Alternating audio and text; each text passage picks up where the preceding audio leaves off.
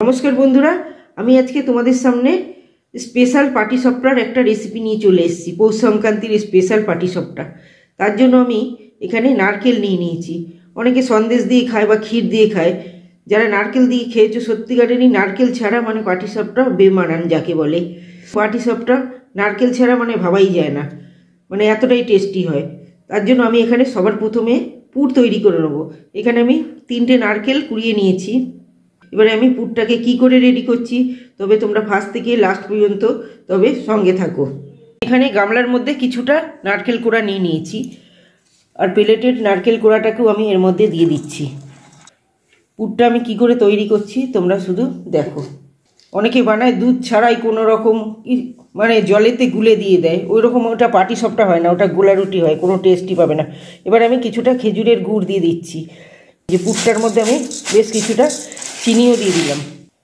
এবারে দিচ্ছি কিছুটা এর সাথে দুধ, বেশ কিছুটা দুধ দিয়ে দিলাম। তার সাথে একটু এলাচ দিয়ে দিলাম থেতো করে।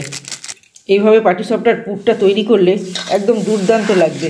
বেশ করে এই নারকেলটাকে আমি চটকে ভালো করে মেখে নিচ্ছি। আর অনেকেই পয়সা খরচা করে যদি জিনিস মনের মতো না হয় সত্যিই ভালো লাগে না, মনটা খারাপ হয়ে যায়। অনেকের মুখে শুনেছি পিঠে ওঠে না বলে করতেও পারে না বা খেতেও পারে না। তোমরা অবশ্যই এইভাবে বানিয়ে খেয়ে দেখবে।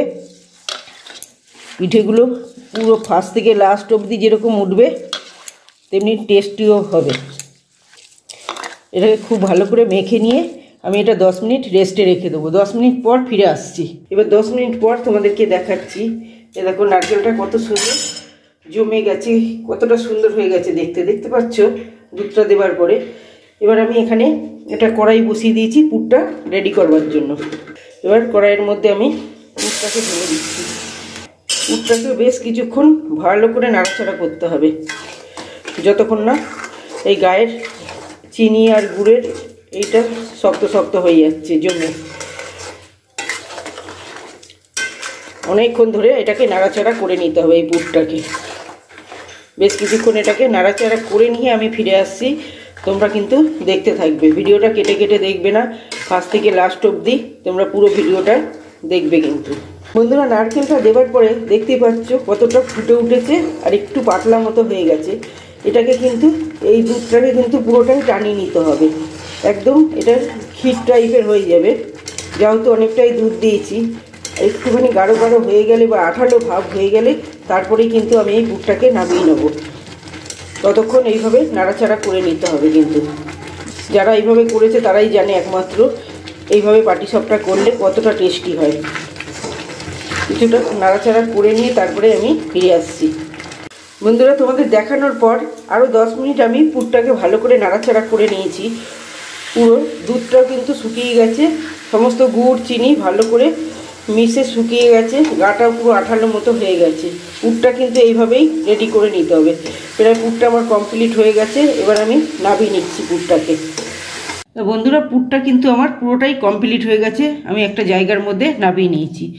এবারে আমি পাটিসাপটার যে ব্যাটারটা ওটাকে আমি গুলে নিচ্ছি। এবার এখানে আমি একটা বড় গামলা নিয়ে নিয়েছি। এই গামলার মধ্যে আমি সমস্ত কিছু দিয়ে এবারে পাটিসাপটার ব্যাটারটাকে রেডি করছি। এখানে নিয়েছি 5 থেকে 600 গ্রাম ময়দা, এখানে 2 প্যাকেট সুজি, এখানে 1 বাটি চিনি। তারপরে আমি এটা মিক্সিতে কিছুটা গোবিন্দভোগ চাল গুঁড়ো করেছি, ছোট মিক্সির বাটির 1 বাটি। এটা কিন্তু গোবিন্দভোগ চাল দিতে হবে, অন্য কোনো চাল দিলে কিন্তু এতটা টেস্টি হবে না পাটিসাপটাতে, আগেই বলে দিলাম। আর খুব বেশি চালের গুঁড়ো দিতে যাবে না, তবে কিন্তু পাটিসাপটা ফেটে যাবে বা ভেঙে যাবে। এটার 1 বাটি আমি দিয়েছি গোবিন্দভোগ চালের গুঁড়ো।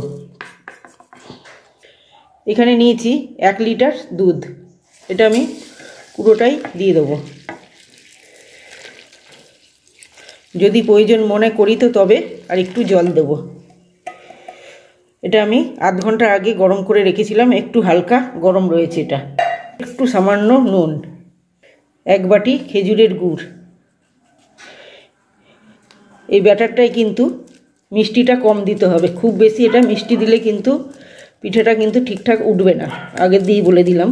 অনেকে না ওঠার কারণ এটা, মিষ্টি বেশি হয়ে গেলে উঠবে না, বা চাল গুঁড়ো বেশি হয়ে গেলে ওটা ভেঙে যাবে বা উঠতে চাইবে না। অনেক সময় ফেটেও যায় চাল গুঁড়ো বেশি হয়ে গেলে। 5 থেকে 6টা এলাচ আমি ভালো করে থেতো করে রেখেছি, এটাকে দিয়ে দেবো। এবার সমস্ত কিছু উপকরণ দিয়ে আমি এটাকে ভালো করে মেখে নিচ্ছি।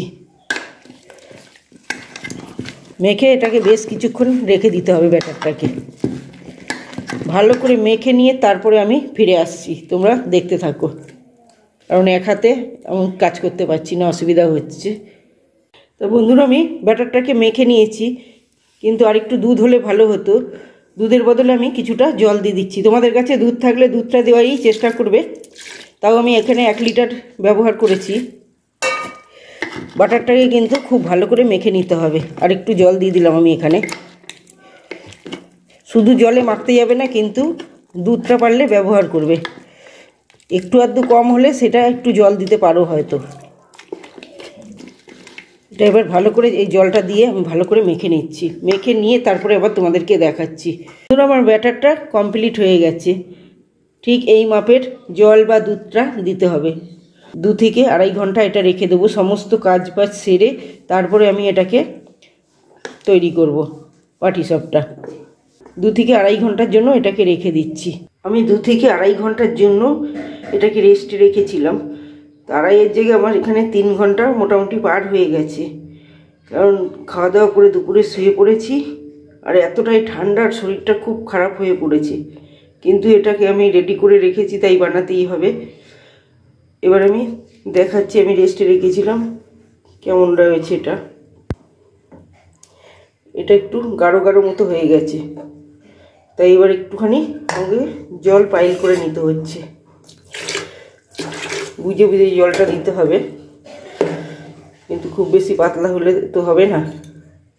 ভালো করে আমি হাতা দিয়েই নাড়িয়ে ছাড়িয়ে নিচ্ছি, আর এখানে হাত দিচ্ছি না। এতটাই ঠান্ডা পড়েছে কি বলবো, মানে কত বছর যে এরকম আমি ঠান্ডা দেখিনি।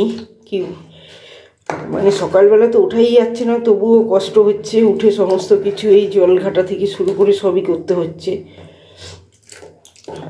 প্রচণ্ড ঠান্ডাও লেগে গেছে। এতটা ঠান্ডা আমাদের এখানে, তোমাদের ওখানে পড়েছে কি জানি না। আমি বহু বছর দেখিনি এরকম ঠান্ডা। প্রচণ্ড শরীরটা খারাপ হয়ে যাচ্ছে। এবারে কিন্তু আমার ব্যাটারটা রেডি হয়ে গেছে। পুরো এরকম কোয়ালিটিতে আমি রেখে দিয়েছি। এবার আমি এখানে একটা কড়াই গরম করতে বসিয়ে দিয়েছি, আর সাদা তেল, একটা বেগুনের বোটা দিয়ে সাদা তেলটা কড়াইয়ের চারিদিকটায় ভালো করে মাখিয়ে নিচ্ছি। এবার আমি এখানে 1 হাতা করে দিয়ে দিচ্ছি।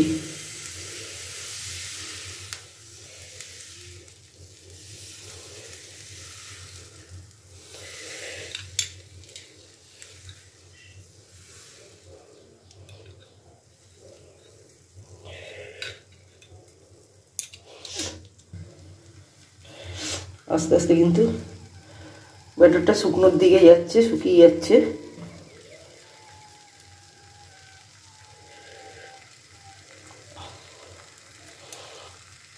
এবার আমি এক সাইড দিয়ে নারকেলের পুরটাকে দিয়ে দিচ্ছি।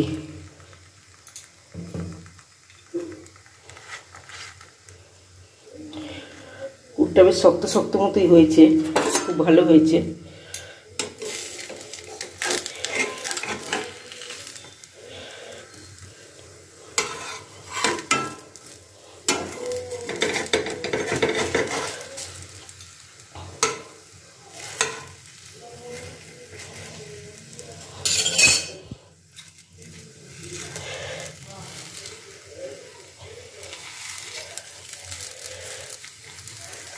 দেখো কতটা সুন্দর হয়েছে। অনেকের কিন্তু প্রথমেরটাই ওঠে না, একদম ফার্স্ট থেকে লাস্ট অবধি আমি বলেছি, তোমাদের কথা দিয়েছি যে ফার্স্ট থেকে লাস্ট অবধি আমি প্রত্যেকটা পিঠেই এইভাবে তুলে দেখিয়ে দেবো। প্রথমেরটা দেখেই তোমরা বুঝতে পেরে গেছো। এবার কম আগুনে ভাজতে হবে, তাহলে প্রত্যেকটার গা কিন্তু এরকমই সুন্দর হবে, একটাও পুড়বেও না, কিছুই হবে না, এরকম লালচে মতো হবে। এটা রেডি হয়ে গেছে, আমি নামিয়ে দিচ্ছি।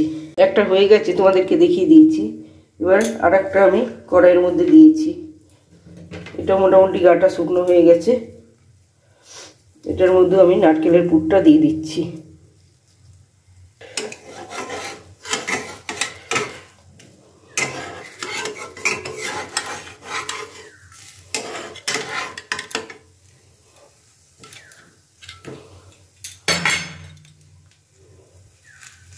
একদম নরম তুলতুলে হচ্ছে, দেখো গাটা একদম জালি জালি মতো হচ্ছে কিন্তু। এবার মুখগুলোকে এইভাবে চেপে দিতে হবে যাতে না পুরগুলো বেরিয়ে আসে। দেখে নিয়েছো কেমন হয়েছে। এবার আমি সমস্ত পিঠাগুলোকে এইভাবে ভেজে নিয়ে তারপরে ফিরে আসছি। দুটো বানিয়ে তোমাদেরকে দেখিয়ে দিলাম। আমার পাটিসাপটাটা কিন্তু কমপ্লিট হয়ে গেছে। A to Z একটা মানে পিঠেও কিন্তু ভাঙেনি, ফার্স্ট থেকে লাস্ট অবধি এইভাবেই সুন্দর উঠেছে। গ্যাসের আগুনটা মিডিয়ামে রাখতে হবে, আর কিন্তু একদম বাড়ানো যাবে না, তাহলে কিন্তু সমস্ত পিঠেগুলো পুরো গাটা কালো হয়ে যাবে। আর আমি যেইভাবে বানিয়েছি তোমরা অবশ্যই এইভাবে চেষ্টা করবে। যারা না পারো এইভাবেই চেষ্টা করবে, অবশ্যই উঠবে। অনেকে হয়তো ভয়তে বানাও না, কিন্তু এইভাবে করে খেয়ে দেখবে। আর আমার ভিডিওটা যদি ভালো লেগে থাকে লাইক, কমেন্ট, শেয়ার এবং সাবস্ক্রাইব করে দেবে। দেখা হচ্ছে আবার অন্য কোনো ভিডিওতে। ততক্ষণ তোমরা ভালো থেকো, সুস্থ থেকো।